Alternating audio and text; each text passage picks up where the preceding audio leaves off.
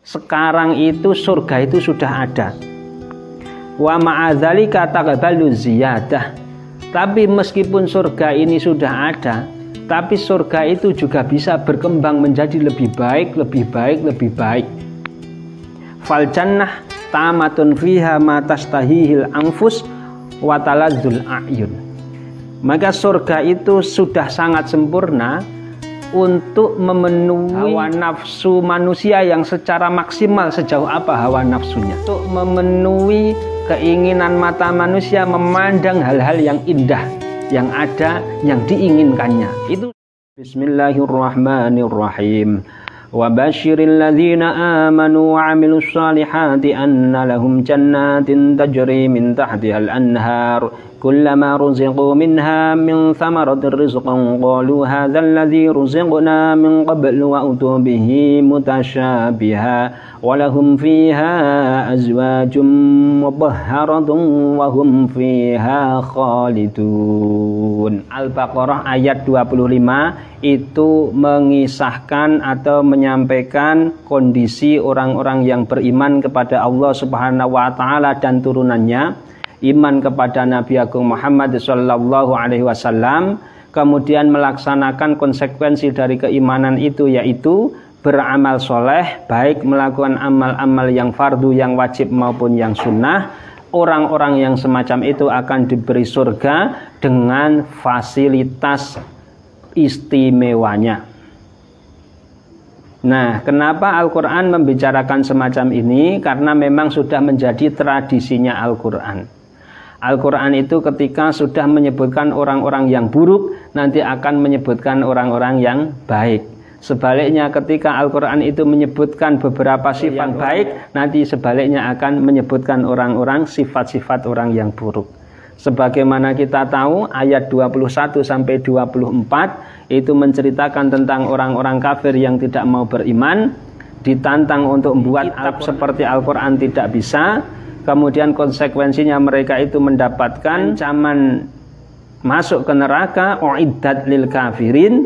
Nah, setelah itu Allah menyebutkan, memerintahkan Kanjeng Nabi Agung Muhammad sallallahu alaihi wasallam untuk memberi kabar gembira berupa surga pada orang-orang yang beriman. Annalahum jannatin tajri min tahtihal anhar. Ini ada beberapa poin. Yang pertama jannat.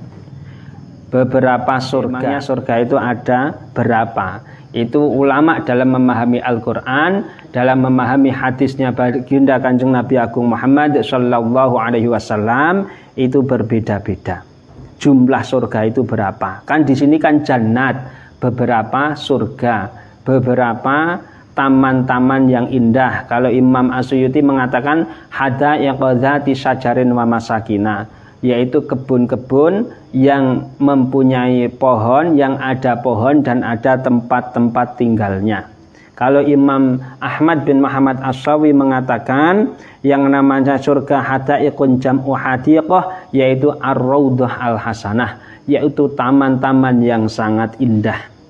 Jadi kalau kita membayangkan di Al-Quran itu ketika kita menemukan ayat-ayat yang semacam ini, atau di hadis kita menemukan kata atau istilah surga, maka bayangan kita semestinya adalah taman-taman yang sangat indah, yang di sana ada pepohonan dan tempat tinggalnya atau istana-istana.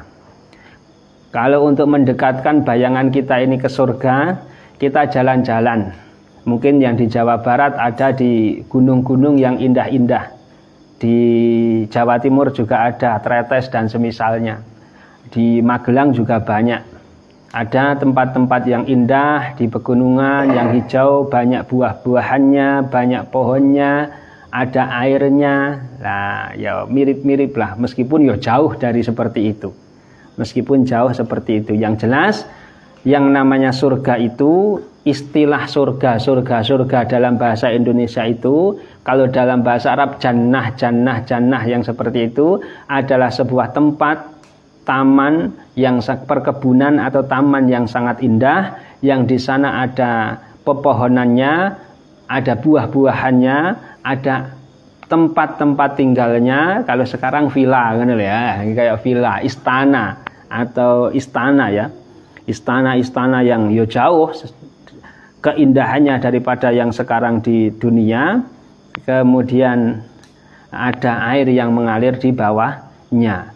Lahum jannatin tajri min tahtihal anhar. Menurut ahli sunnah wal jamaah, pemahaman akidah ahli sunnah wal jamaah, surga itu termasuk hal yang gaib, tapi sudah ditunjukkan Al-Quran, sudah ditunjukkan hadis, maka benar adanya dan sekarang ini sudah ada. Zati asjarin wa masakina ay maujudatin fiha al-an. Maksudnya anna lahum jannatin tajri min tahtihal anhar. Bagi orang-orang yang beriman terhadap Allah Subhanahu wa taala dan beramal solih, mereka itu akan mendapatkan surga-surga, mendapatkan taman-taman, mendapatkan perkebunan yang sangat indah, itu maujudatin fiha al-an. Sekarang itu surga itu sudah ada. Wa ma'adzalika taqbalu ziyadah. Tapi meskipun surga ini sudah ada, tapi surga itu juga bisa berkembang menjadi lebih baik, lebih baik, lebih baik. Fal jannah tamatun fiha ma tastahihil anfus wa taladzul a'yun. Maka surga itu sudah sangat sempurna untuk memenuhi hawa nafsu manusia yang secara maksimal. Sejauh apa hawa nafsunya? Untuk memenuhi keinginan mata manusia memandang hal-hal yang indah, yang ada, yang diinginkannya. Itu sudah cukup, sangat cukup untuk memenuhi nafsu, untuk memenuhi keinginan mata, untuk melihat hal-hal yang indah. Ini wis cukup. Tapi meskipun begitu, taqbalu ziyadah, keindahan surga dan segala keistimewaannya itu bisa bertambah sesuai dengan luasnya kekuasaan Allah Subhanahu wa taala. Wa ma'adzalika arduha wasi'ah thayyibah taqbalu ziyadah, kata Imam As-Sawi.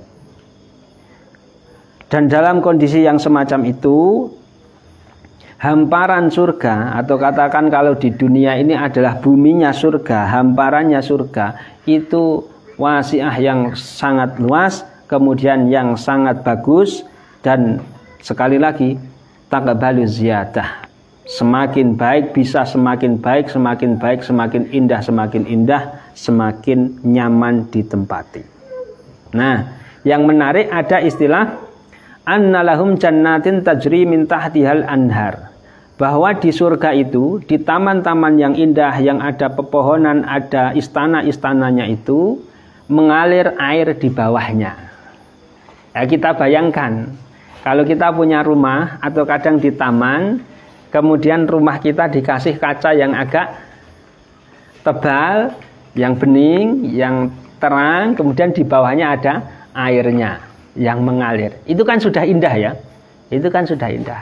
Tapi di surga tidak model semacam itu. Antara apa yang di atas surga dengan apa, dengan air yang mengalir itu, kalau menurut pemahaman di tafsir Hasyiah Sawi ala tafsir Jalalain, ini ya bersentuhan. Tidak ada jeda, kemudian ada kacanya dan semisalnya. Tapi meskipun begitu tidak membasahi.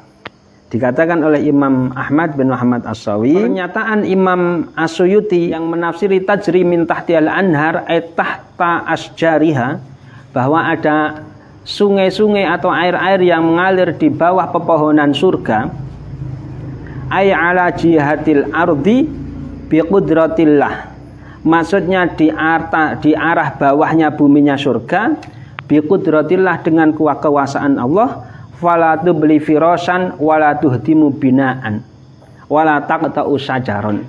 Air-air yang mengalir itu tidak membuat busuk permadani yang ada di surga, juga tidak merusak bangunan-bangunan yang ada di surga, dan tidak merusak, tidak sampai memotong, merobohkan pepohonan-pepohonan yang ada di surga. Kita bayangkan paling cedek, paling dekat. Jadi ada air, di situ ada karpet di atasnya, itu nggak basah. Ada air, di situ ada istana-istana di atas air, itu juga tidak basah.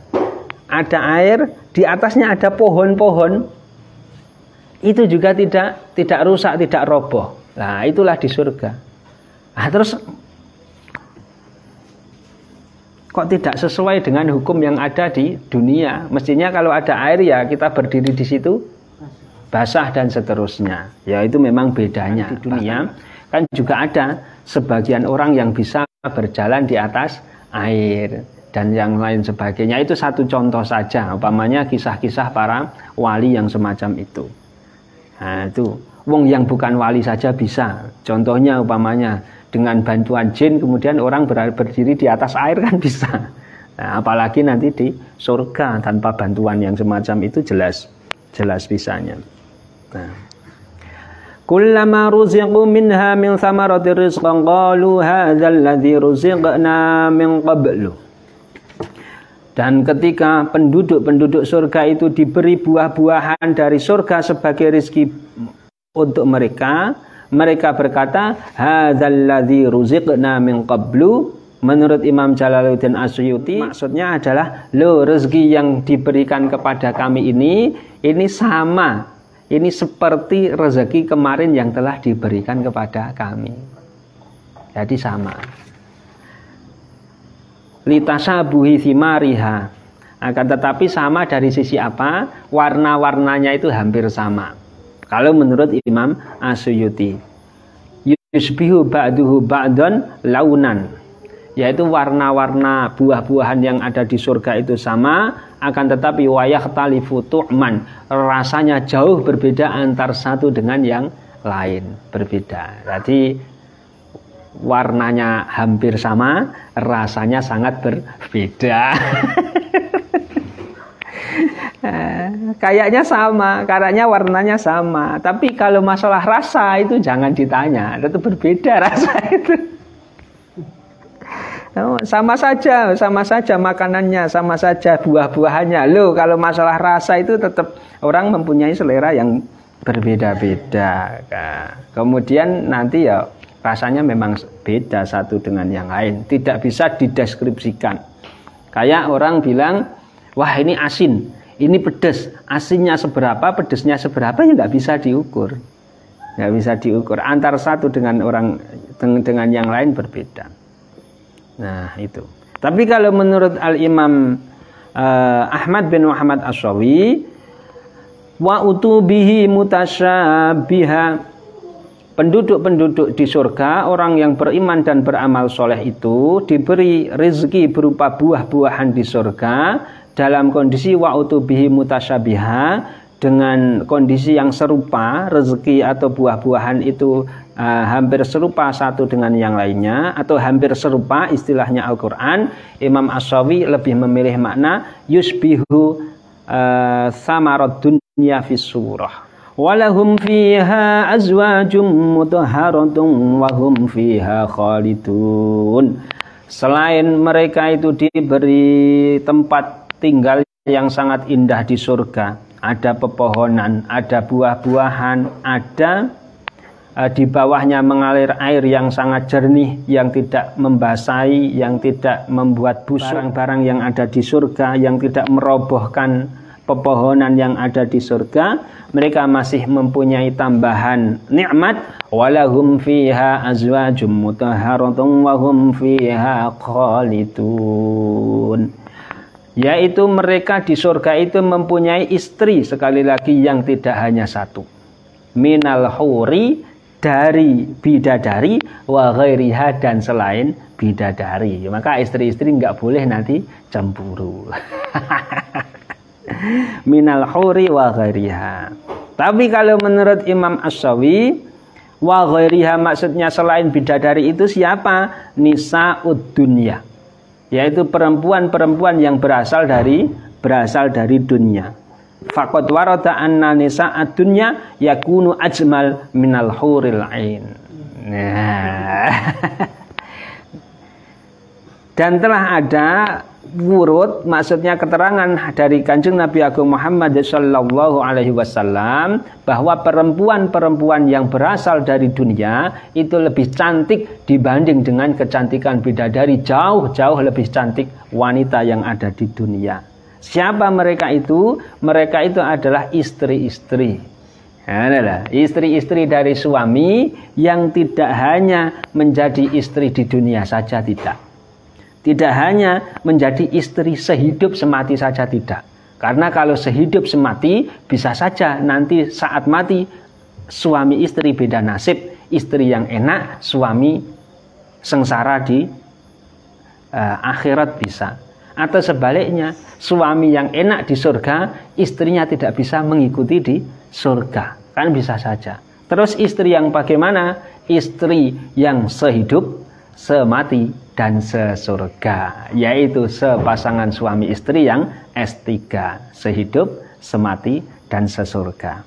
Nah, kalau kok ketemu nanti di surga, dalam keyakinan umat Islam, dalam keyakinan umat Islam, dalam ajaran yang disampaikan Allah Subhanahu wa Ta'ala melalui Al-Quran, dalam keterangan para ulama, maka istri-istri yang berasal dari dunia ini, meskipun pas meninggalnya itu sudah tua, sudah keriput, atau sebenarnya nggak keriput, sebenarnya meninggalnya masih muda, tapi agak lebar.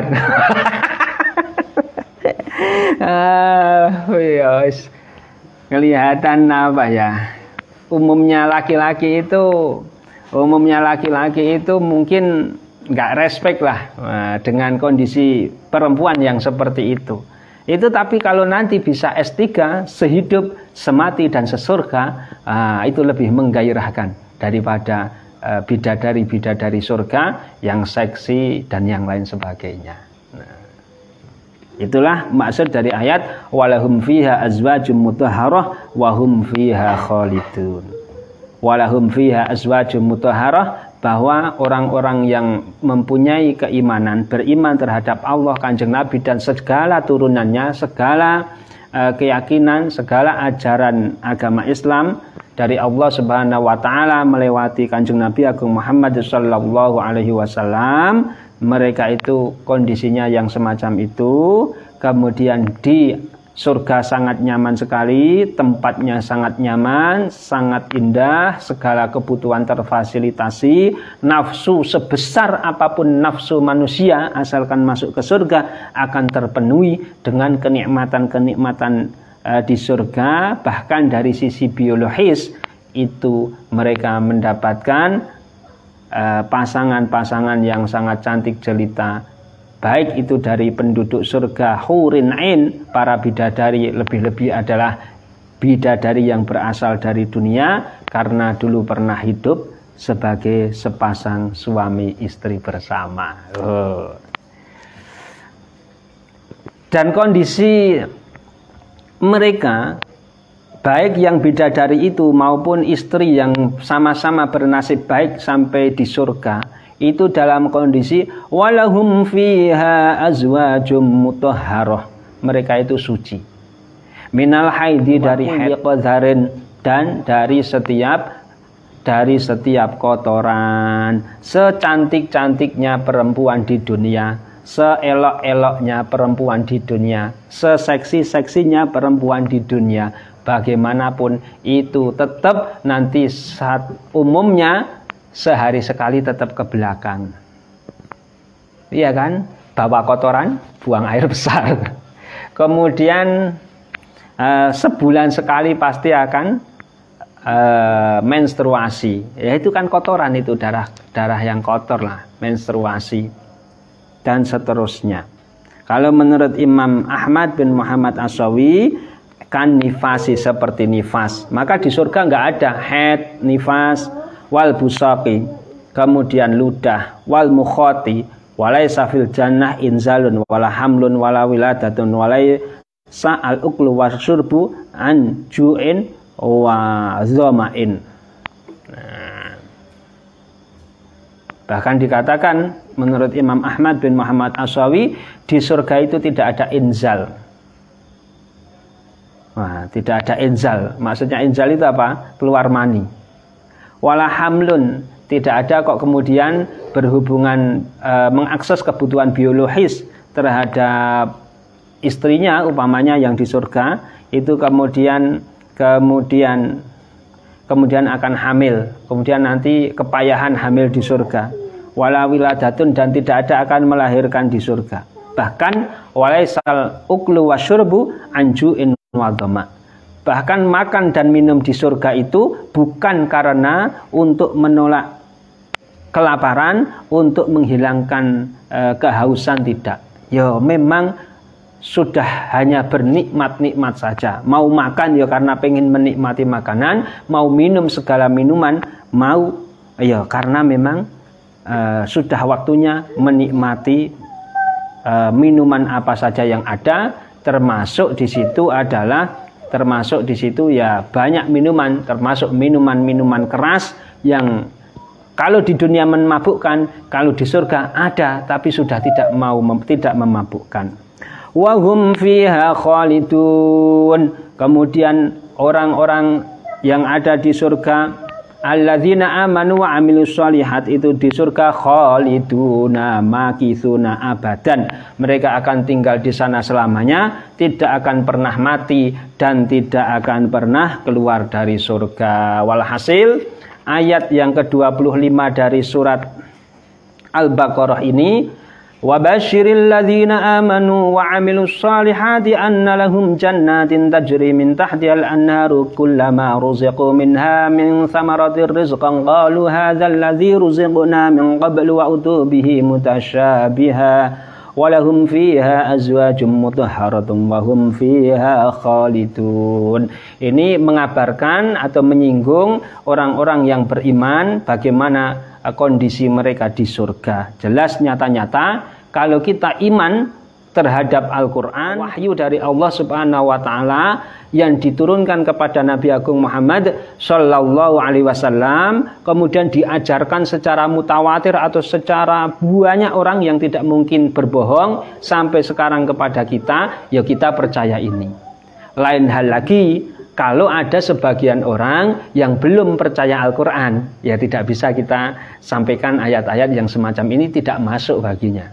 Nah, maka perlu dengan cara lain, yaitu apa? Pendekatan nalar, akal sehat, berkaitan dengan wujudnya Allah Subhanahu wa Ta'ala yang mewujudkan alam semesta ini. Nah, nanti masuknya pakai pendekatan akal sehat, pendekatan nalar yang sehat. Mungkin cukup untuk malam ini, semoga yang sedikit ini bermanfaat. Wallahul muwafiq ila aqwamit thoriq. Wassalamualaikum warahmatullahi wabarakatuh.